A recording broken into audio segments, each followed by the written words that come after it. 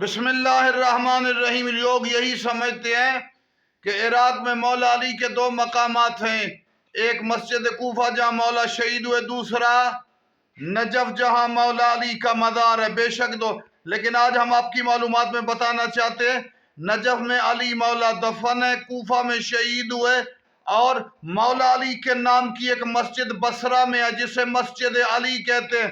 جب مولا صفین کے موقع پر آئے تو ایک جگہ دفن ہے، ایک جگہ شہید ہوئے، زخمی ہوئے، ایک جگہ مولا نے آ کے جنگ میں فتح حاصل کی جو بصرہ میں ہے، اور ایک اور مقام عراق میں جہاں آج بھی موجود ہے، مولا علی کے نام کا چشمہ موجود ہے۔ لہذا کم از کم 4 مقامات مولا علی کے نام، ایک مقام زیکار جہاں علی مولا کی فوج جمع ہوئی، دوسرا بصرہ جہاں مسجد علی جہاں مولا علی نے فتح حاصل کی، تیسرا علی کے معجزے سے چشمہ نکلا، کوفہ میں علی مولا شہید ہوئے، زخمی ہوئے، اور نجف میں دفن ہوئے۔